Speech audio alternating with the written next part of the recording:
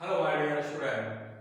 बच्चों, आज हम आप लोगों को बताएंगे जल प्रदूषण, वाटर पोल्यूशन के बारे में। वाटर पोल्यूशन ये हमारे इंटर की क्लास में बायो साइंस में पार्ट है पर्यावरणीय मुद्दे।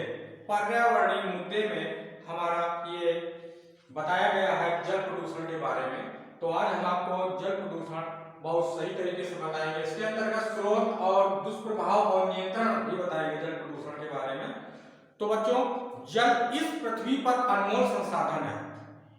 जल क्या है? इस पृथ्वी पर अनमोल संसाधन है। बच्चों, इसमें हमारे हिंदी कवि रहीमदास जी ने भी जल की महिमा का गुणगान किया है। किसका? जल की महिमा का गुणगान अपने दोहों में किया है।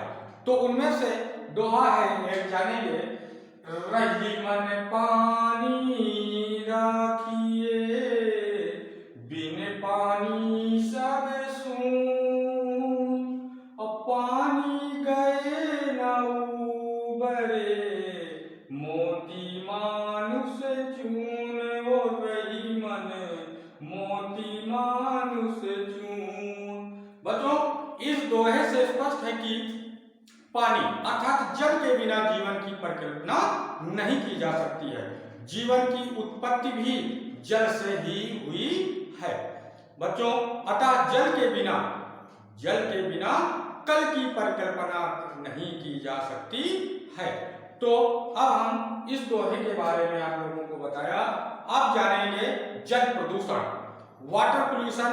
What is water pollution? जल प्रदूषण क्या है? जल प्रदूषण की डिफिनेशन बताऊंगा। जल प्रदूषण जल की भौतिक, रासायनिक तथा जैविक गुणवत्ता को प्रभावित करने वाले कारक जल प्रदूषण तथा यह प्रक्रम जल प्रदूषण कहलाता है। एक बार इसको डिफिनेशन फिर से पुनः जल प्रदूषण की बताएंगे। जल की भौतिक, रासायनिक तथा जैविक गुणवत्ता को प्रभावित करने वाले कारक जल प्रदूषक तथा यह प्रक्रम जल प्रदूषण कहलाता है। बच्चों, अब हम आपको बताएंगे जल प्रदूषण के स्रोत। जल प्रदूषण के स्रोत, sources water pollution. Sources water pollution मतलब जल प्रदूषण के स्रोत। बच्चों, जल प्रदूषण देखो किस प्रकार से फैलता है। जैसे कहेंगे घरेलू वहित मल, नंबर 1 पॉइंट है घरेलू वहित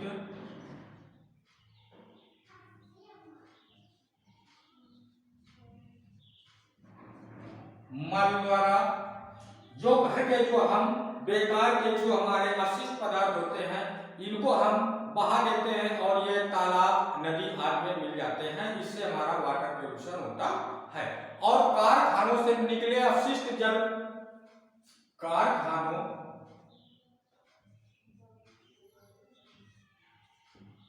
से निकले अपशिष्ट जल, जो कारखानों से गंदा बेकार के केमिकल निकल करके ये जाकर के नदी आदि में फैल जाते हैं और इससे हमारा बहुत ज्यादा है। बच्चों, तीसरा है तापीय वैद्युत घरों से निकला हुआ दूषित जल।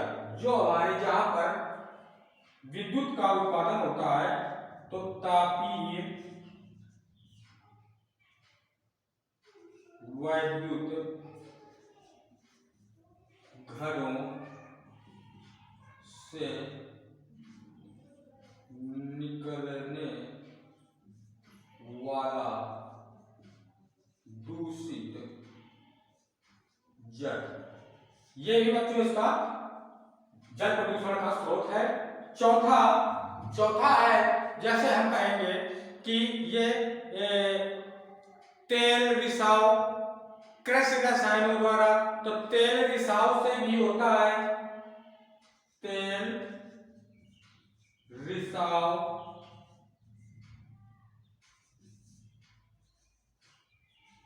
कृषि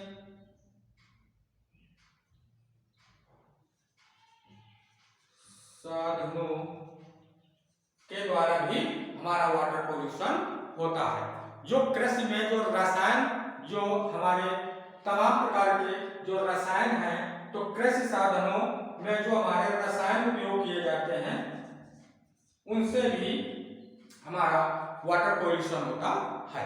अब बच्चों, अब हम बताएंगे जल प्रदूषण से दुष्प्रभाव, मतलब इफेक्ट ऑफ वाटर पोल्यूशन।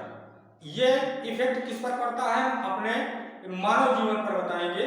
जो दूषित जल मानवों में, जो हम लोगों में कई प्रकार के रोग उत्पन्न कर देता है, जैसे बच्चों डायरिया, टाइफाइड, जैसे डायरिया,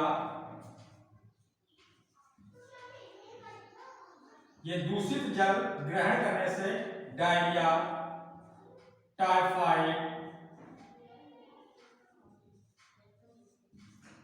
पेचिस, हैजा,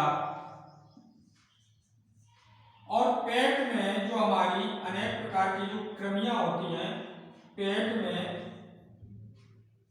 अनेक प्रकार की कृमियों वाले रोग उत्पन्न होते हैं बच्चों। हमारे शरीर में अनेक प्रकार के रोग कृमि वाले, जैसे पीता कृमि, जिसको हम बोलते हैं टेपवर्म, स्केरिस, इस तरह के आज हमारे शरीर में जो कृमियां होती हैं, तो ये हमारे रोग उत्पन्न होते हैं। कैसे?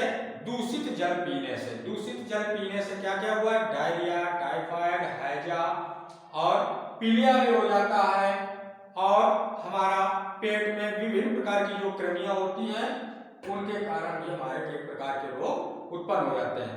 अब हम आएंगे इसके कंट्रोल पर, नियंत्रण। हिंदी में बोलते हैं नियंत्रण, इंग्लिश में कंट्रोल। तो बोलेंगे control of water pollution. Water pollution की इसमें बेटा हमारा सबसे बेहतरीन और सुपर, इसके लिए एक कानून बनाया गया था। तो बाइला के द्वारा बताएंगे।